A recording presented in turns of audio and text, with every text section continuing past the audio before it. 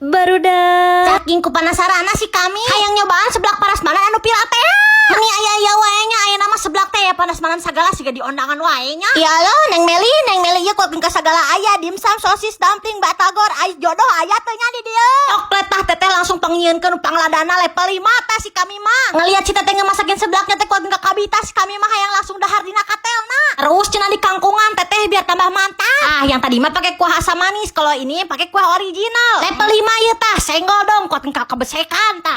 Gusti nu agung. Ini yang kuah originalnya juga meni udah enak pisan. Perpaduan bumbu jeung cikurna teh meni pas jadi enggak bikin enak. Kuat ka babalawakan tah si kami ge. Udah ngacai pengen nyobain yang kuah asam manisnya. Jujur li aslina teu wawadukan. Ieu seblak geunana teh katulungan. Halo Neng Meli pantesan we pira latunya. Perpaduan bumbu cikur jeung mis daseumna teh meni pas. Ieu mah lain juara umum deui, juara dunia. Minumnya es pocong tah tingali kejuna kuatin ka manggunung kitu.